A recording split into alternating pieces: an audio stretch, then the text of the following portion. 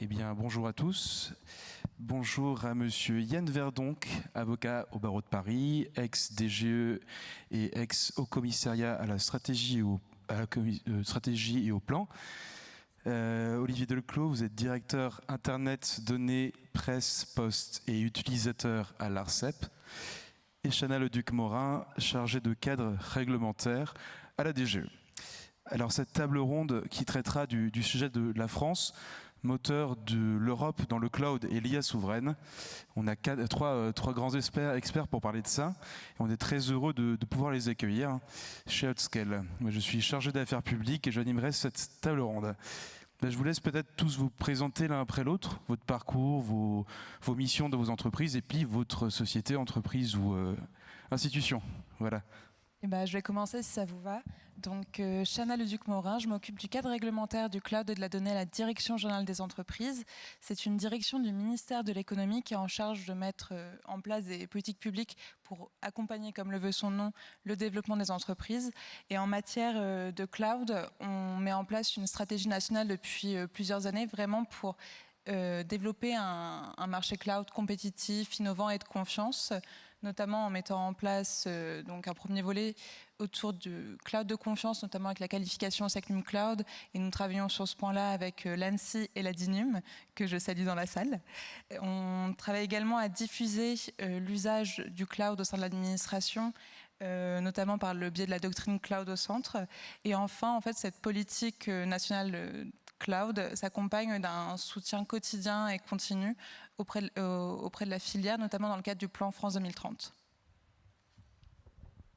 Merci Chana. Donc enchanté à tous, moi c'est Yann Verdonck, donc je suis aujourd'hui avocat au barreau de Paris, dans un cabinet qui est dédié à l'accompagnement des entreprises de la tech sur tous les sujets, notamment sur le volet réglementaire et affaires publiques. Et avant ça, j'ai eu la chance de travailler avec Chana à la DGE sur les sujets cyber et cloud notamment, que ce soit pour le côté régulation ou financement de ces deux secteurs-là. Puis en qualité de conseiller numérique auprès du haut commissaire au plan Clément Beaune pendant quelques temps. On a notamment porté l'Observatoire de la souveraineté numérique, donc qui fait lien avec notre sujet aujourd'hui.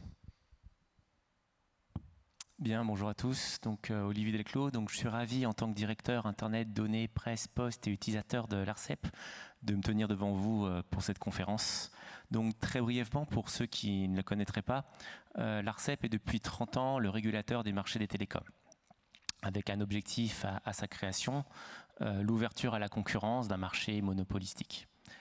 Depuis, ces missions et ces secteurs de compétences ont été étendus, le postal, la distribution de la presse, l'analyse de l'impact environnemental du numérique et plus récemment, avec la fameuse loi SREN, sécuriser et réguler l'espace numérique, des compétences en matière de cloud et de données dans la lignée de la stratégie européenne des données. Ainsi, quel que soit le secteur dans lequel intervient, l'ouverture des écosystèmes afin de permettre aux acteurs d'innover et de proposer des offres les plus en adéquation avec les besoins des utilisateurs, entreprises ou particuliers, que ce soit en termes de fonctionnalité, de prix, de qualité, est au cœur de l'ADN de l'ARCEP. Et à titre personnel, ça fait bientôt 16 ans que j'officie en son sein. Bien, cher Olivier, vous avez commencé à parler de réglementation, de régulation. J'ai une question pour vous trois. La réglementation européenne récente est souvent présentée comme un handicap compétitif pour nos entreprises. Mais peut-on sérieusement envisager qu'elle devienne un avantage compétitif justement pour la France et l'Europe dans les marchés mondiaux du cloud et de l'IA souveraine? Je vous laisse commencer. Chana, je t'en prie peut-être. Je recommence en prenant le flambeau. C'est vrai qu'on a pu beaucoup entendre, que ce soit dans des forums, dans les journaux, un peu à droite à gauche, que la réglementation européenne pouvait être perçue comme un handicap compétitif, pour reprendre la formulation. Et c'est un constat qui mérite d'être pris au sérieux, et c'est pour ça qu'on voit émerger de nombreuses initiatives pour simplifier, voire optimiser la réglementation européenne. Aujourd'hui, on a pu voir une série d'omnibus. Si vous ne l'avez pas vu, c'est un délice à lire, si jamais.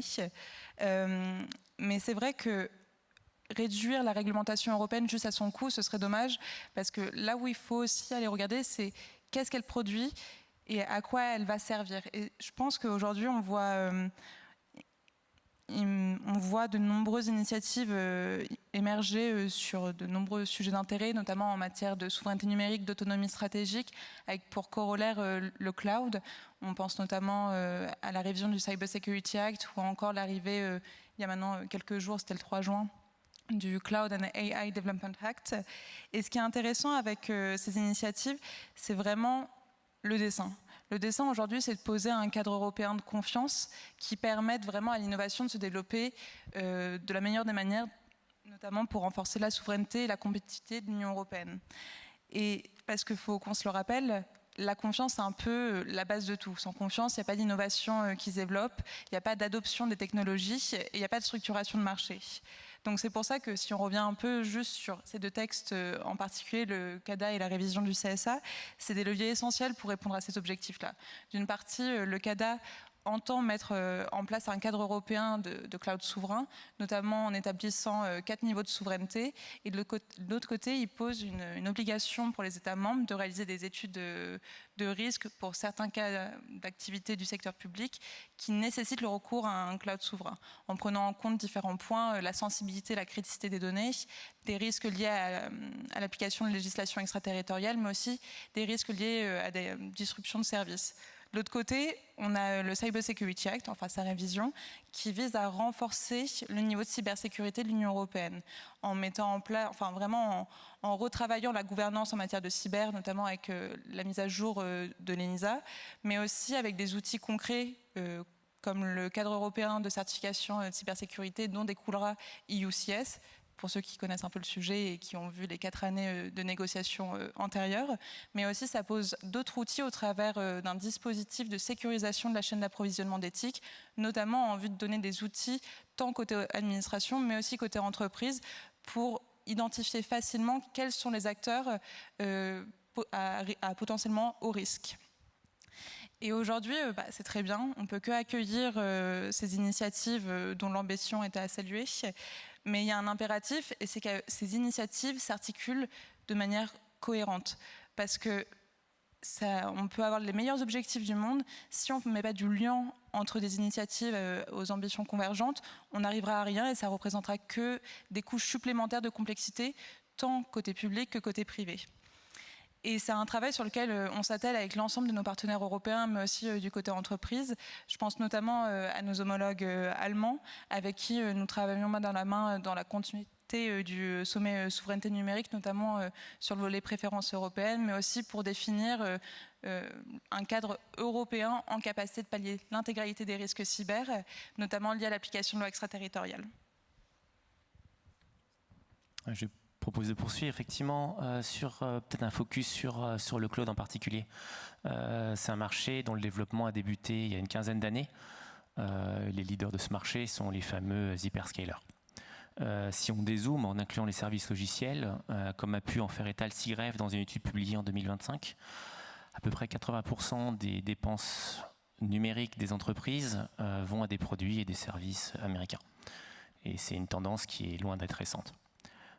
Cette question de la dépendance aux solutions extra-européennes a été identifiée par la Commission européenne en 2020 et elle a fait l'objet de pluies de travaux qui ont abouti aux régulations qu'on connaît aujourd'hui et en particulier le Data Act qui, adopté en décembre 2023, est entré en vigueur en septembre 2025. Pour faire simple, le Data Act et la loi SREN en France, qui a eu pour objet d'anticiper dans le droit national certaines dispositions du Cloud du Data Act, ont pour objectif de favoriser la concurrence sur le marché du cloud en limitant le verrouillage que subissent les entreprises clientes vis-à-vis de leurs fournisseurs actuels. Il peut s'agir d'une part de limiter les freins techniques, ou les freins tarifaires au changement d'opérateur, voire à la coexistence de plusieurs offres cloud simultanées pour ses clients, qu'on appelle le multicloud. C'est d'ailleurs les missions auxquelles s'attache l'ARCEP depuis 2 ans, via la promotion de règles d'interopérabilité et d'encadrement tarifaire. Ce qui nous a conduit très concrètement en 2025 à, d'une part, adopter une recommandation qui vise à renforcer l'interopérabilité et la portabilité des services, et d'autre part, la remise au gouvernement d'une proposition de fixer à 0 € les frais de transfert de données en cas de migration, proposition qui a été reprise par arrêté du ministre. Et la souveraineté en tout ça. vous allez me dire. Ces règles-là, elles visent à permettre aux entreprises utilisateurs de pouvoir remettre en concurrence leurs prestataires actuels en sélectionnant celui qui répond le mieux à leurs besoins, que ce soit en termes de spécification, de prix, de qualité, et ainsi se retrouver renforcés sur leur marché. Donc on peut s'attendre à ce qu'une telle régulation, qu'elle soit bénéfique d'une part sur le marché aval, donc les entreprises utilisatrices, et d'autre part aux acteurs les plus petits du marché qui peuvent espérer récupérer des parts de marché des leaders, si tant est que leurs offres répondent effectivement aux besoins des clients. Ces régulations que je qualifierais de pro-concurrentielles ne vont pas en soi créer des acteurs souverains. En revanche, elles vont contribuer à ce que d'éventuels acteurs souverains puissent accéder au marché et se développer en répondant aux offres du marché. Voilà. Et ben justement, ça fait une belle transition avec ce que je vais vous dire. Le sujet, c'est de savoir si notre réglementation, c'est un avantage ou un handicap pour nos sociétés. Comme vous l'avez dit, la réglementation, c'est pas ça qui va créer des acteurs souverains, mais ça peut ouvrir des portes. On a mené plusieurs études, que ce soit avec Bercy ou au commissariat au plan, pour demander aux entreprises c'était quoi les freins et les atouts qu'elles avaient pour se développer. Ce qui ressort à chaque fois, c'est que la surréglementation, c'est un frein. C'est perçu comme tel par les entreprises, c'est ce qu'elles nous disent, mais elles ne nous parlent pas de la surréglementation dans le numérique. Elles nous parlent d'un empilement de normes, mais notamment au niveau européen, d'une absence d'harmonisation. Elle nous parle de difficultés en termes de droit social, par exemple, ou ce type de domaine du droit, mais peu du numérique. Globalement, ce n'est pas ce qui ressort comme aux entreprises. Est-ce que c'est un frein pour vous? Parle assez peu de droit du numérique. Donc on peut dire que ce n'est pas un frein pour elles. En revanche, quand on leur demande également c'est quoi les atouts que vous avez pour vous développer au sein de l'Union européenne, aucune nous disent eh ben, y a l'AIA Act qui sort ou il y a le Data Act. Personne ne cite non plus ces textes-là comme une opportunité. Alors pourquoi? Ça c'est la vraie question. Pourquoi elles n'arrivent pas à s'en saisir et à monter au créneau et à faire de ces réglementations un vrai avantage compétitif?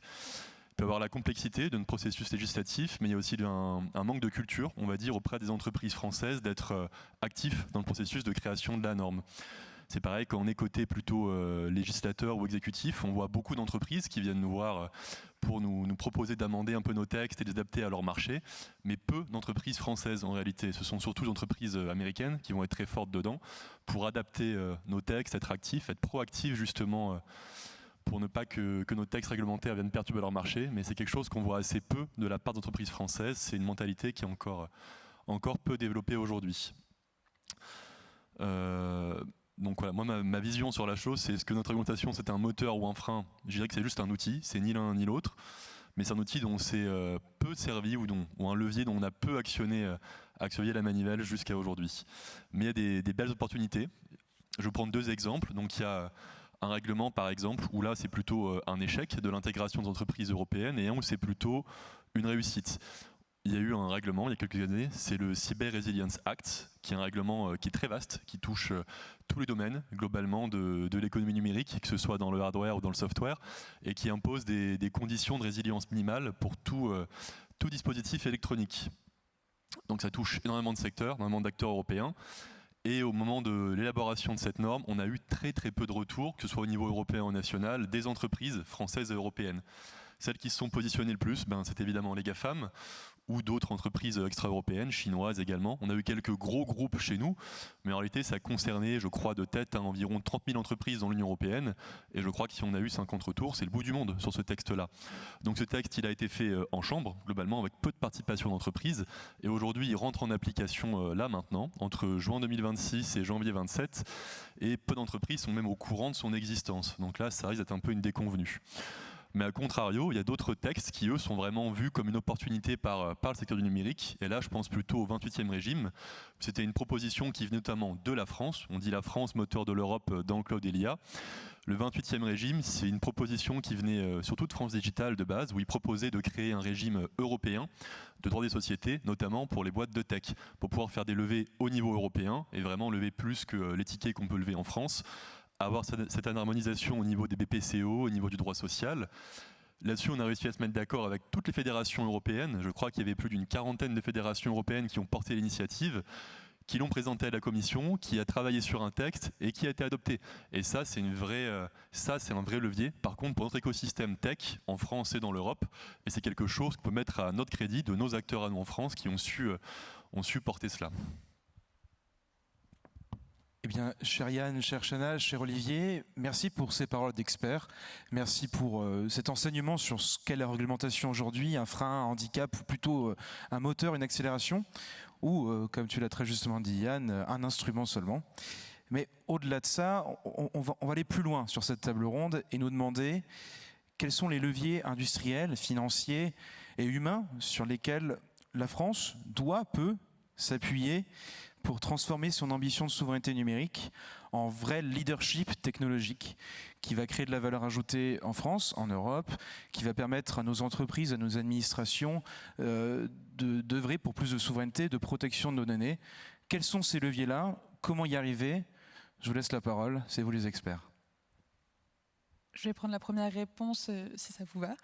Je pense qu'il faut avoir en tête que la souveraineté, ce n'est pas une abstraction. On parle beaucoup du concept de souveraineté, mais en fait, c'est avant tout une réalité que vivent à la fois les administrations publiques, les entreprises et les citoyens. Pour que ce soit en fait, pour n'importe qui, c'est des impératifs de d'abord connaître en fait où se trouvent ces dépendances. Donc savoir quelles infrastructures, de quels fournisseurs on dépend, où sont traitées les données, ou quels sont les stacks essentiels de la chaîne d'approvisionnement. Ça, c'est des questions qu'on doit se poser pour bien identifier les risques. Et justement, Yann en parlait, c'est la mission qui a été confiée au commissariat à la stratégie et au plan avec l'Observatoire de la souveraineté numérique qui va être en charge d'établir cette cartographie. Ensuite, plus que connaître ces dépendances, c'est aussi disposer d'un marché, d'avoir en fait des offres en capacité de répondre à des besoins, notamment en termes de confiance. Et donc, je vais revenir un peu sur ce que j'ai dit tout à l'heure avec la politique nationale cloud de confiance, c'est que grâce à cette politique cloud de confiance, les administrations publiques comme les entreprises aujourd'hui disposent d'ores et déjà d'offres sur lesquelles elles peuvent se reposer et qui sont en capacité d'apporter un environnement très protecteur, notamment contre l'intégralité des risques liés à l'application de lois extraterritoriales, mais plein d'autres également. Aujourd'hui, on a 17 offres qualifiées Secnum Cloud et une quatorzaine environ qui sont engagées dans le processus. Et c'est bien beau d'avoir ces offres, mais après, il faut les faire connaître.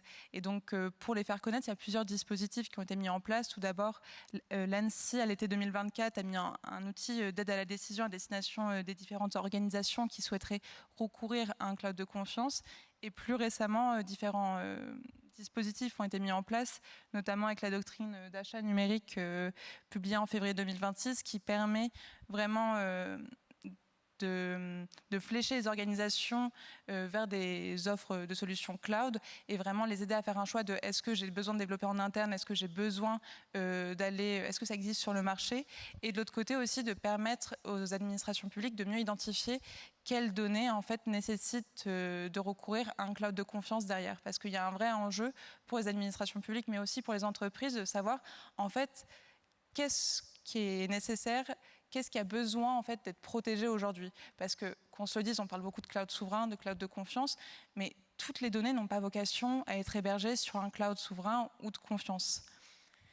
Et à côté justement de l'identification des dépendances et en fait de bien identifier quelles sont les offres disponibles, il y a aussi derrière de contribuer à cette dynamique vertueuse en soutenant aussi un écosystème dont nous disposons aujourd'hui. Les administrations publiques ont un rôle, mais c'est aussi le rôle des grands donneurs d'ordre du côté de privé de lancer une dynamique, parce que le marché public, c'est un marché certes qui permet de mettre en visibilité des acteurs, qui permet de structurer la demande, mais derrière aussi, je pense que le marché privé peut également jouer son rôle, parce qu'on est tous responsables sur ce sujet-là.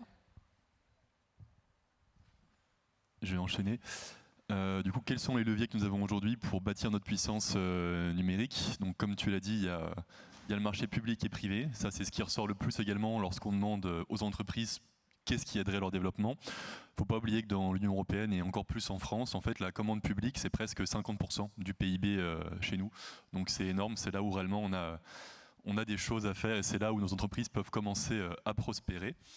Et il y a également la commande privée, comme forcément c'est l'autre moitié. Sur la commande publique, le marché est intéressant, mais ce qu'on voit, c'est que les entreprises ont du mal à se positionner. Encore énormément de services de l'État tournent sous Microsoft, évidemment.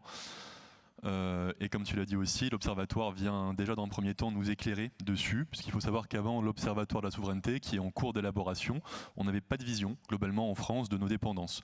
C'est-à-dire vous posez une question très simple, c'est combien, je sais pas moi, combien de SI de l'État repose sur un cloud Microsoft ou combien de systèmes critiques de l'État sont assurés par un tiers extra-européen, eh ben, on ne savait pas vous répondre. On n'avait pas de données unifiées, on n'avait absolument pas ça. Donc là, actuellement, le Haut Commissariat au Plan travaille dessus pour déjà avoir une vision claire de où on en est au niveau de nos dépendances et de notre souveraineté au niveau de l'État. Ce qui est une première étape. On peut difficilement manager quelque chose si on ne sait pas le mesurer. Et deuxièmement, par rapport à la commande privée, c'est aussi un gros enjeu et un gros levier. On a aujourd'hui peu de mécanismes incitatifs pour justement encourager les entreprises privées à aller vers des offres, je ne vais pas dire souveraines, je vais dire résilientes, parce qu'en général, le mot souverain, ça s'applique plutôt à l'État qu'à des entreprises. L'initiative qui est intéressante en ce moment, c'est l'IRN, c'est l'indice de résilience numérique, qui est porté, qui est une solution, qui est, on va dire, une labellisation privée portée par différentes entreprises, mais où l'État a rejoint le dispositif et l'encourage et le fait vivre, notamment via la Caisse des dépôts, DocaPost ou d'autres entreprises parapubliques. Et ça, vraiment, ça peut être un game changer demain, parce qu'aujourd'hui, on n'a pas de label, on n'a pas de référentiel, en fait, donc chaque entreprise fait un peu ce qu'elle souhaite et est globalement un peu paumée en fait pour faire ses achats en termes de numérique, pour savoir ce qui est souverain, pas souverain, et chacun a sa propre définition. Donc ce type d'initiative-là, ça peut vraiment permettre de développer un référentiel commun et d'ailleurs d'avoir une offre qui se monte au niveau européen. En tout cas, c'est toute l'idée derrière l'IRN. Et enfin, le vrai sujet pour bâtir une puissance française et européenne dans le cloud et l'IA, c'est l'investissement. On reste encore très léger en termes d'investissement en France. On a encore peu d'instruments au niveau européen pour faire des levées de taille conséquentes similaires à celles américaines, mais on voit que c'est ce qui marche le mieux. Globalement, c'est pareil par rapport au passage que j'ai pu effectuer à Bercy. On avait mesuré 1 euro investi par l'État directement dans l'entreprise, combien ça générait derrière. Et ben, on avait un multiplicateur x7 en 2023, quand on regardait ce qu'on avait investi dans le cadre de France 2030. Et ça, c'est énorme, c'est beaucoup plus que ce qu'on peut faire avec une réglementation qui visiblement ont peu d'effets. Parce que si on regarde juste la réglementation, globalement en 10 ans, on a eu une inflation normative qui est quand même... on est tous au courant de cette inflation normative-là, mais en parallèle, on regarde notre dépendance ou pas aux solutions extra-européennes, et on voit qu'en termes d'offres de cloud, on est passé de 25% détenus par des Français à 15% aujourd'hui. Donc on a beau réguler, c'est pas forcément ce qui marche le mieux. En revanche, l'investissement de l'État, vraiment dedans, a un effet... très significatif. Comme je vous dis, on est sur des multiplicateurs x7 lorsqu'on met 1 euro dans une entreprise. Le vrai sujet, c'est comment on le finance. Ça, c'est une autre question. Je vais peut-être faire un pas de côté. Quand j'ai pu échanger avec des entreprises sur cette question d'offres souveraines, ils évoquaient 2 choses. Le premier, c'est compliqué de migrer. Ça peut être des coûts. Et le deuxième qui nous dit, surtout les acteurs privés, ils nous disent je veux bien essayer des solutions souveraines européennes, mais moi j'ai un marché, je suis en concurrence européenne, voire mondiale, et j'ai besoin de solutions numériques qui sont au niveau des solutions européennes. Donc sur le premier, c'est compliqué de migrer. C'est effectivement les travaux du Data Act. Alors, comme je le dis, il est entré en vigueur en septembre 2025. Et c'est pas fini, puisque favoriser l'interopérabilité technique, il faut bien connaître les standards techniques, les bonnes méthodes. Et le régulateur, il n'est pas très bon pour ça. Et c'est là-dessus que nous, on encourage tous les acteurs européens à nous indiquer, à être présents en normalisation pour nous indiquer quels sont les standards d'interopérabilité qu'il faut généraliser pour faciliter le changement de fournisseur et la cohabitation.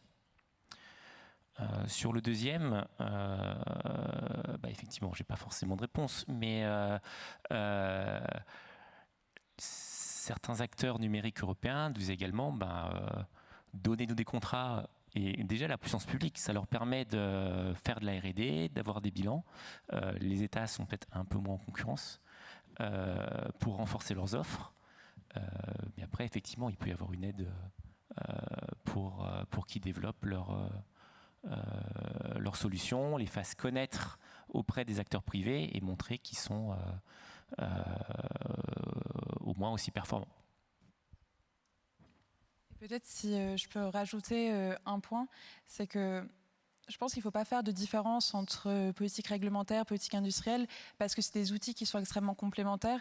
Et on le voit avec l'arrivée du CADA, qui contient à la fois des dispositions visant à soutenir le développement industriel, mais aussi des modalités beaucoup plus réglementaires. Donc c'est vraiment des outils un peu bifaces qui permettront le bon développement de notre marché demain. Donc maintenant, c'est aussi à nous d'identifier, d'avoir une stratégie industrielle concrète en identifiant quelles sont les technologies prioritaires, quels sont les acteurs qui sont en capacité de passer à échelle. Et c'est comme ça, justement, qu'on arrivera vraiment à développer un marché innovant, compétitif, avec des champions industriels à portée derrière.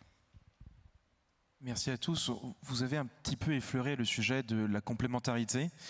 Nous, notre philosophie chez Outscale, c'est la stratégie du « et », c'est-à-dire que les données qui n'ont pas de sensibilité particulière, données usuelles, n'ont pas forcément à être stockées sur un cloud souverain. Et ça, c'est quelque chose qu'il faut dire aussi. Parce qu'on peut prôner une souveraineté pleine et entière en étant cohérent aussi avec le marché, autant avec les appels d'offres des entreprises chez qui on vend nos services, comme vous l'avez évoqué, Olivier, que pour la mise en place concrète de nos offres. C'est utile, un cloud souverain, une IA souveraine pour des données sensibles, sauf que les données sensibles aujourd'hui, ça correspond à beaucoup de choses. Tout à l'heure, on parlera aussi des données de santé, des brevets secrets industriels et des données du citoyen qui doivent être stockées, elles, parce que d'une sensibilité particulière sur un cloud souverain. Mais voilà, cette stratégie du « et », elle est importante, je pense. Et au-delà de ça, le fléchage aussi, pour éviter l'éparpillement de l'investissement. Ça, c'était une chose aussi intéressante que j'ai remarqué dans nos échanges. C'est quand même une chose extrêmement importante. C'est-à-dire que l'Europe investit déjà près de 10 fois moins que les États-Unis dans le numérique. Sauf que l'Europe, c'est 27 États. 27 États avec plusieurs entreprises par État. Et cet éparpillement, il est naturel à cause de ça. Donc, il y a des projets européens, entre autres le CADA et tous les sujets réglementaires, mais aussi de projets d'investissement qui se créent de plus en plus. Et c'est une bonne chose, nous on en est ravis. Maintenant, il y a aussi l'incitation par le public de l'offre d'achat public dont Yann parlait, 50% de ce qu'est le marché. C'est beaucoup, on en a besoin. Et il y a aussi le privé. Il y a une question de, comment dirais-je, du fait que le privé doit se rendre compte de l'enjeu qu'est la souveraineté numérique. Alors, ça arrive de plus en plus. Ça fait une petite dizaine d'années que c'est le cas, qu'on en parle. On réagit maintenant depuis quelques années à l'Europe comme en France. Mais je me demandais, vous qui êtes expert dans chacun de vos domaines, qu'est-ce qu'on peut faire de plus ? Une petite idée, quelque chose de rapide, de simple, même si le sujet n'est pas simple du tout, mais est-ce qu'il y a une petite idée qui germe dans vos institutions, dans votre tête, vous en tant qu'avocat ou à la DGE ou à l'ARCEP, une petite chose réglementaire, incitation à faire pour développer la souveraineté numérique ? C'est pas une question facile. Je vais prendre un peu l'exemple de mon travail au quotidien. Donc, comme j'ai pu vous le dire, je travaille sur la réglementation du cloud et je suis particulièrement impliquée sur une négociation en cours sur la révision du Cyber Security Act et sur l'arrivée du Cloud and AI Development Act. On peut voir aujourd'hui qu'on a quand même un certain alignement entre ce que l'écosystème public mais aussi privé pousse. Et donc, à partir du moment où on a eu ce constat, c'était un peu en mode, en fait, partageons-nous les informations, ayons un espace d'échange structuré où on peut construire ensemble. Et ça marche plutôt bien. Je pense que la proposition qui est arrivée avec le CADA actuellement, comme j'ai pu le dire ce matin, est très encourageante en ce qu'elle reprend de nombreuses problématiques que la France n'a eu de cesse de porter au niveau européen, notamment par rapport aux risques liés à l'application de loi extraterritoriale. Et les autorités françaises n'ont pas été les seules à marteler ce point-là. L'écosystème français et européen a également joué son rôle et vraiment merci pour ça. Donc je dirais avant tout, il nous faut des lieux de discussion où on peut partager des bonnes pratiques, des informations et en dehors même de la complémentarité qu'on peut avoir sur le côté réglementaire, il y a aussi des lieux structurés qui existent déjà aujourd'hui, notamment avec les comités stratégiques de filière qui sont des lieux très opérationnels où justement les pouvoirs publics, les industriels, les utilisateurs peuvent d'ores et déjà co-construire ensemble, échanger, mettre en place des objectifs, identifier quels sont les blocages et voir comment les lever. Et donc je pense que c'est vraiment en fait cette co-construction, cette collaboration, ce partage d'informations qui fera un peu notre succès et qui nous permettra d'être, je ne sais pas si plus souverain, mais en tout cas d'être meilleur sur tous les points. Alors une petite idée, c'est quelque chose sur lequel j'avais travaillé il y a plusieurs années. On avait regardé comment certains pays étaient passés de pas du tout résilients, globalement pas du tout souverains, à très très souverains en termes de numérique et très résilients. Donc c'est l'exemple de Taïwan et d'Israël.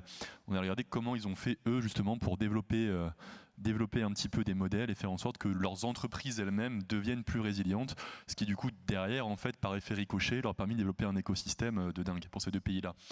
Et ben eux, ils sont appuyés sur ce qu'ils appellent des tiers prescripteurs, c'est-à-dire des banques et des assurances. Et en fait, là-bas, si vous souhaitez prendre une assurance, globalement, toutes les assurances vont avoir le même standard et vont vous dire qu'il faut que vous soyez compliant avec ce standard-là, qui est un standard privé, c'est pas l'État qui s'en occupe, mais qui impose des exigences en termes de résilience, de souveraineté, ce genre de choses-là sur les entreprises. Et ça, on a pu voir l'impact que ça a eu, c'était très très très efficace. Il y a eu vraiment une montée en puissance des utilisateurs qui du coup sont passés de pas du tout digitalisés sur des choses totalement éparses et sans contrôle et très vulnérables à quelque chose de très souverain et de très robuste. Et ben ça, c'est, je pense, une petite idée qui pourrait être très très efficace si on la mettait en œuvre en France. Alors je sais que Bercy a déjà essayé, on a discuté déjà avec France Assureur et avec d'autres fédérations de banques et d'assurances. C'est quelque chose qui prend un peu de temps parce que du coup on parle d'acteurs privés qui ont chacun leur propre standard. Mais si on arrivait simplement à avoir un accord de ces acteurs-là pour qu'ils se mettent d'accord sur des schémas communs et qui derrière les imposer à leur écosystème, ça peut être très très très efficace en termes d'impact. Et juste, je me permets de compléter, c'est tout l'intérêt justement aujourd'hui de ce qui joue au niveau européen avec la révision du Cyber Security Act, mais aussi avec le CADA qui vise à mettre en place un écosystème qui permet d'identifier facilement quels sont les acteurs en capacité le plus haut niveau de confiance, de souveraineté en ce qui concerne le CADA. Donc en fait, avoir des référentiels harmonisés, partagés par tous, c'est vrai que c'est essentiel pour développer notre souveraineté, mais aussi notre compétitivité. J'ai pas plus de martingale que mes collègues.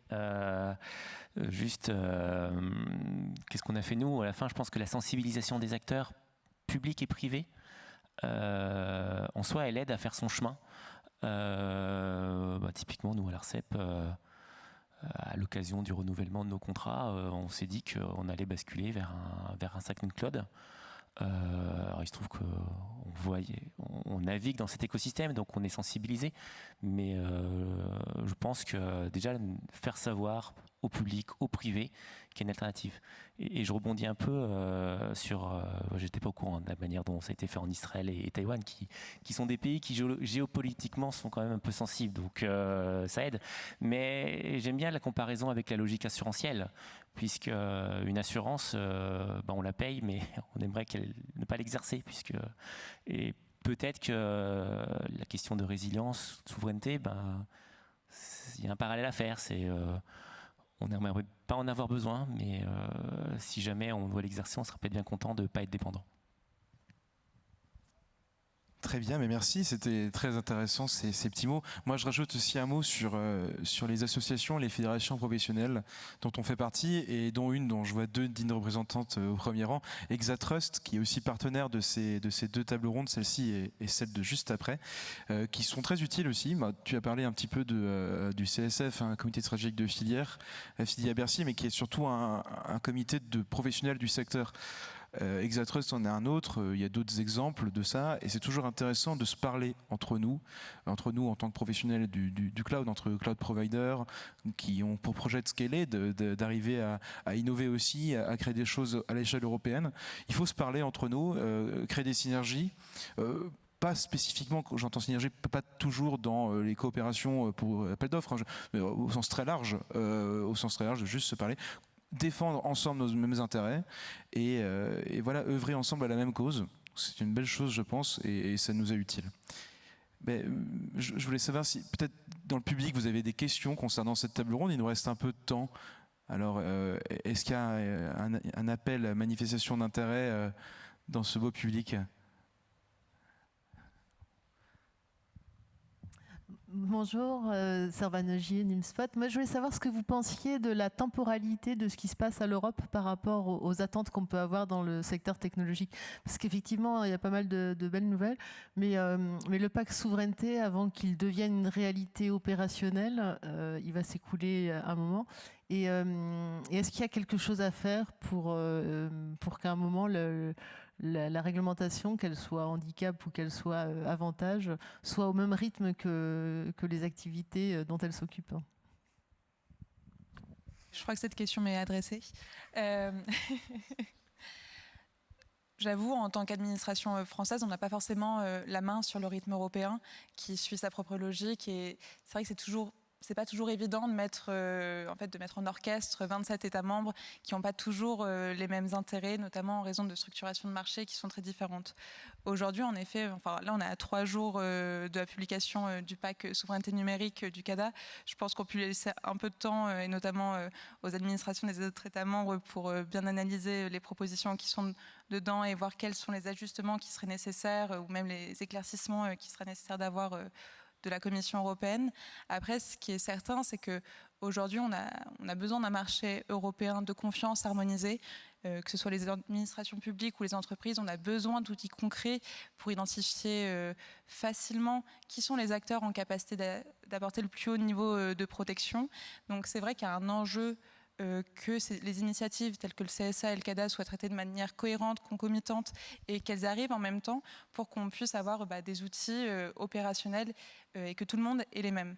Donc je partage un peu le constat de ça serait bien que ça arrive vite. Après, faisons attention à ne pas aller trop vite et à bâcler le travail. Une autre question peut-être, bien qu'elle soit très intéressante, ou un rebond de votre part? J'en vois une, pardon. Oui, bonjour, Patrice Dinga à Send. Dans l'aéronautique, on a un Airbus qui a réuni des acteurs industriels, justement. Donc on n'était pas que sur la réglementation, mais sur la partie capitalistique. On a essayé avec GaiaX d'avoir aussi une sorte de consortium qui n'a pas eu un énorme succès. Donc est-ce que la solution n'est pas finalement de fusionner Dassault Systèmes et T-Systems pour pouvoir créer l'Airbus du cloud européen? Je ne suis pas sûre d'avoir exactement bien compris la question. J'avoue que moi non plus, je suis désolé. Ouais. Donc, est-ce que vous imaginez qu'il puisse y avoir un cloud européen sans fusion des acteurs industriels, comme ça a été le cas par exemple pour Airbus? Et par provocation, je disais, est-ce qu'une fusion Dassault Systèmes et T-Systems n'est pas la seule solution pour faire émerger cette solution européenne? Touchy. Non, non, pas du tout. Enfin, je pense que là, pour le coup, ça m'est adressé. Après, j'aurais peut-être d'autres points de vue, mais dans l'écosystème du cloud français et européen, il y a deux choses. C'est que déjà, on ne fait pas tous exactement la même chose. Et donc en fait, cette complémentarité, elle marche très bien dans le marché. Ça fonctionne parce qu'on peut aussi bien dire, Outscale est le cloud de référence pour les données sensibles des administrations, et n'importe quel hyperscaler peut être utile pour héberger un site web. Ça ne nous dérange pas de dire ça, parce que c'est une complémentarité, ce que j'ai dit tout à l'heure. Maintenant, la fusion des acteurs, déjà, c'est compliqué. La fusion-acquisition, c'est très compliqué. Ça pose un problème légal aussi, et de cadre de souveraineté. Dans la fusion, si on fusionne avec d'autres acteurs 100% français, européens, quel est l'intérêt concret? À part plus de puissance de calcul, celle-ci qu'on peut avoir seule, entre guillemets. Si on fusionne avec d'autres, ça pose un cadre juridique plus complexe. Fusionner avec un Américain, donc en fait se faire engloutir par un Américain parce qu'on va être cohérent et concret, on n'est pas aussi gros qu'un Américain. C'est la vérité. Fusionner avec eux, c'est complexe parce que le cadre juridique n'est plus le même. La souveraineté, on l'a plusieurs fois défini, aussi bien avec l'écosystème, avec la DGE et d'autres administrations et formations professionnelles. C'est une souveraineté juridique par la juridiction par laquelle est soumise le cloud provider ou le fournisseur de services quelconque.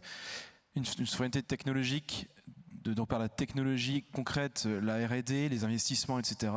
Et une souveraineté de données. Voilà. Donc c'est une sorte de triptyque qui est aussi très intéressant et qu'on retrouve dans le guide des données externalisées d'Exatrust. Et ça poserait un problème de souveraineté que de fusionner à tout va. c'est SecNumCloud, par exemple, qui est le référentiel français de la souveraineté numérique, enfin du moins de la résilience, comme Yann le dit correctement. C'est exigeant. Peut-être qu'il y a des pistes pour le rendre peut-être encore un peu plus exigeant pour la suite, parce qu'il n'est pas, il couvre pas la souveraineté technologique, en tout cas pour le moment, ou de manière un peu plus floue que d'autres. Il y a le C3A en Allemagne qui a été sorti récemment, qui lui couvre en plus grande partie la souveraineté technologique. Mais entre les pays européens, on n'arrive pas à faire d'armée européenne. Pourquoi est-ce qu'on ferait un cloud européen? Je dis ça un petit peu en rigolant, mais c'est un petit peu le principe de la négociation à 27. L'Europe, c'est une très belle chose, très utile pour les citoyens et pour les projets aussi d'investissement. Est-ce que c'est tout aussi simple que de créer des fusions de cloud providers, de fournisseurs de services français, européens? Voilà, je pense pas. C'est pas une fermeture et je ne me prononce pas en le nom de tout ce qui se passe autour de Dassault Systèmes, parce qu'on a toujours des partenariats, même avec Nvidia récemment chez Dassault Systèmes, mais c'est jamais de la fusion parce que ce serait complexe. Voilà. Sur les fusions de Watt.